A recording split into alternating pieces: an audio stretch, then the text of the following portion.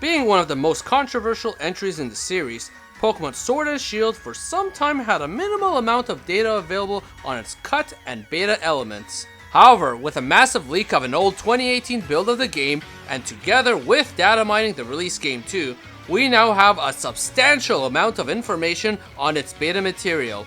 So today on Cut Content, we look at the beta cut content of Pokemon Sword and Shield. Getting right into it, a leak came out for Pokemon Sword and Shield dated for 2018, a good year and so before the game's release. Now, there are a few things this build shows us. One is how Game Freak went about building the world of Pokemon Sword and Shield, and two are concepts that were tested and cut from the game. Going in order, we look at how the world was designed. The world in this build was a mixture of what looks to have been in the final game, but also heavily mixed with a number of low poly models. This would indicate that Game Freak likely made each area with simple polygons to represent what they wanted before they swapped in high quality models they made in place. Some of these made a lot of sense. Here for example, it looks like they were finishing up both Hulberry City and Tuffield City. Both look mostly the same except for a few placeholder models here, such as this model for a street stall before the final one was placed in, or this unfinished train station. Some, however, were completely still just using these placeholder models, including Route 1, Wedgehurt Town, and Route 2, which had low poly trees, block polygons for grass, and very simple buildings, and no such details like a wheelbarrow at the start. Route 7 originally had a giant statue of Toxtricity with a Pikachu on top of him across the bridge that you cross. The final game, however, oddly enough didn't have this, just an empty crater. Route 3 and 4, however, were mostly the same except for a few placeholder trees, a beta tree lacking collision, and even a placeholder low poly campsite with an NPC in a T-pose still too. T-poses were very common in the beta stage as every NPC was T-posed before given a proper animation. In fact, when we go into the water gym of Hulberry City, the inside of the gym is very unfinished and with placeholder models too. The gym challenge is also unfinished with another T-pose character there as a placeholder.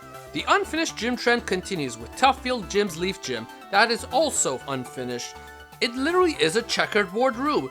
Normally a checkerboard room represents a test room within a game's beta stage. In fact, one thing I didn't mention is that there were multiple builds of the Pokemon Sword and Shield beta leak. The version of Tuffield Gym you saw was for the March 2018 build, but it was updated again in the May 2018 build, which had a proper structure closer to the final game's version, but still heavily unfinished and using placeholder assets. Going further, let's actually wander into the gym stadium. Something we couldn't do in the final game, and amazingly enough, it had full collision, with invisible walls not letting us go into certain areas of the gym too. This is fascinating, for it might have indicated that they were going to allow us to walk around the stadium at one point, considering all the collision put in place to allow for that. However, while all this makes sense for Game Freak to plan out the game during its beta stage, the biggest change, however, was the wild area, which looked nothing like the final game's version. At this point, it would appear Game Freak had a completely different and more simpler map in mind, and much more flat lands at that being available, and barely any complex hills like the final versions. In fact, this version of the wild area only went up to Motostoke City, and there was no path to Hammerlock. It instead stopped and caved in around where you would normally walk towards it. Aside from that, this is clearly the most unfinished area of the game, as there is no animation or shading anywhere, with plenty of placeholder models everywhere. Along with these, cabins were placed around the wild area that were definitely not there in the final game. Hard to say what their purpose would have been at this point, but the only thing that appears to be even remotely like the final game's version are the lake in the middle of the starting area and the path that leads roughly to Motostoke City. Now, as you have seen in this version of the wild area, this is the only place where we do actually see wild Pokemon wandering around in this demo. Which, as soon as you enter, all these are clustered around each other without proper assortment like the final games. The strangest part being the amount of Pokemon that were not in the final game that are here. These include Ekans, Arbok, Furfrou, and Aurorus that are seen right here. As well, we see near the professor's lab a Beedrill as well, which wasn't in the final game, And if you go into your camp, we even see fan favorite Greninja, which wasn't there either. Top that off with, if we go right into the title screen of this demo, we see Arceus, Moltres, Blastoise, and Greninja again, which also weren't in the final game. But top that off even further with a Mega Rayquaza right here, which is bizarre as Mega forms were not and still are not a possibility in the retail version of the game. This might indicate that they had plans to include Mega Evolution still at this stage. So it shows that Game Freak was definitely experimenting with including these Pokemon that were cut at this stage. Why they removed them is another story, which I won't get into with this video. I got other videos that do that already. Now the feature I really wish they had kept was the full 3D camera. Yes, we have that available in the final game, but only limited to the wild area. Here in the demo, it could be used anywhere.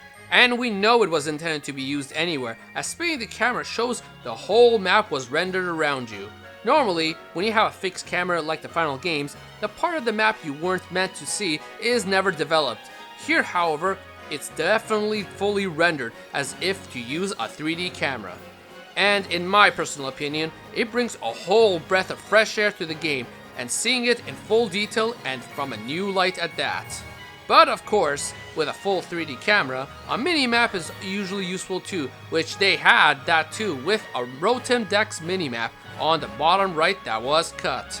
It definitely might have been useful in figuring out where you were spinning the camera. Rotom, however, also had a female version too, that they were planning but was ultimately cut. I do wonder if this might have been chosen if you were starting with a female trainer in this case. As well, when you hop into the camp menu, there is one feature that seemingly was cut that allows you to take out your hand, which at this point looked very low poly and could have been used to interact and maybe even pet your Pokemon directly. Aside from that, 2 beta music tracks, which were 2 versions of the Gym Leader battle theme, were also leaked. These versions have different sounds and more vocals to them.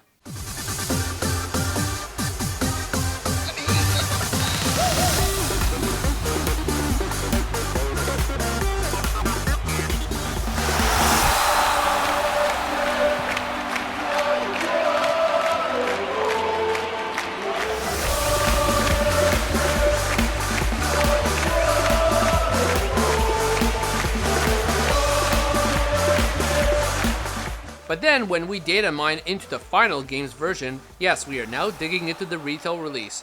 We also find 3 other beta tracks.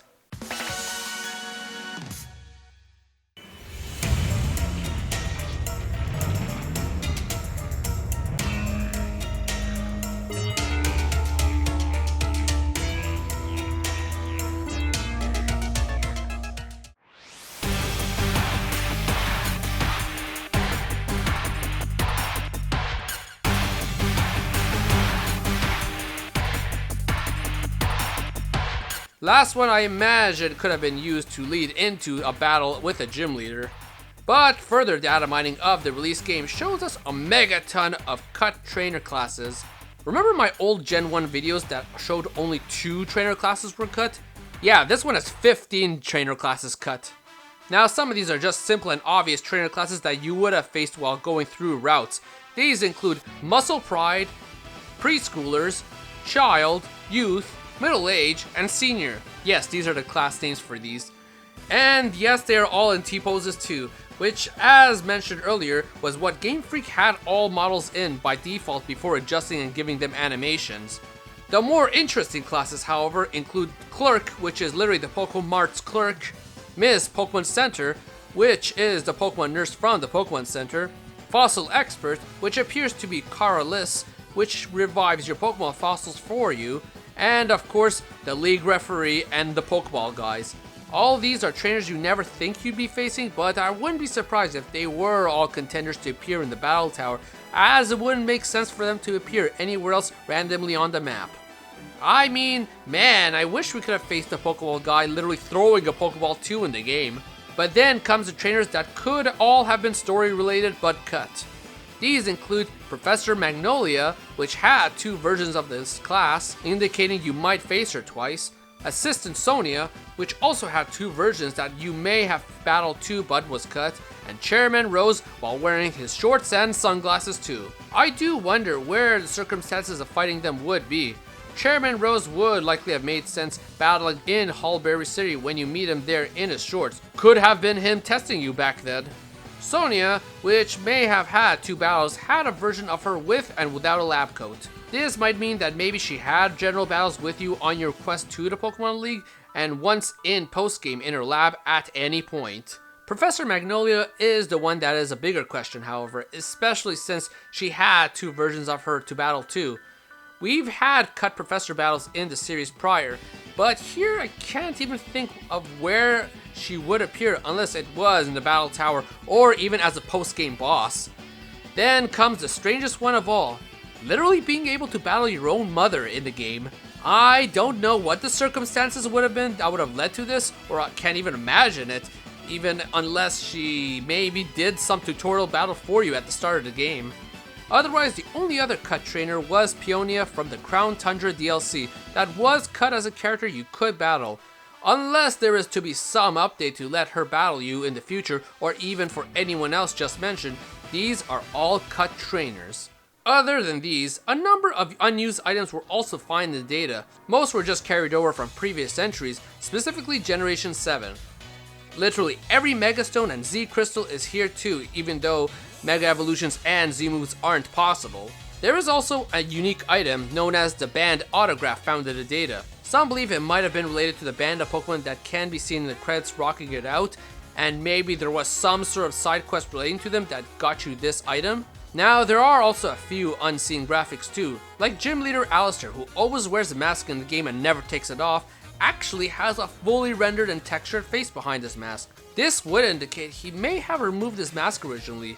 Would have been actually perfect upon defeating him as a little bonus. As well, we have Applin's full body, which we never see as it's always hidden within an apple. Yet, they have a fully rendered body for him. Maybe he was originally going to be crawling around the apple. And then we have one unused shirt of a Pikachu, which is a shame we didn't get this, as I feel this type of shirt would be the ones you would find at a Uniqlo. Whether one was disappointed with what they got in this game, or even just happy with the final product, we can see that Game Freak still did go through a lot of planning and experimentation to get the final product that we got today. And it's always possible we could see some of these appear in the future, whether it's through more DLC, distribution, or even simply staying cut. But that's how it's always been for Pokemon for quite some time, except maybe the DLC part. And as I've covered Generation 1 prior, I have now covered Generation 8, and I definitely plan to cover more of the other generations of Pokemon too. So hit that subscribe button, for I'll be back for with more Pokemon and other cut content videos too. Hit that like button and notification bell to know as soon as I upload a video as well. And comment below on what feature you wish wasn't cut from the game. So everyone, thank you for watching.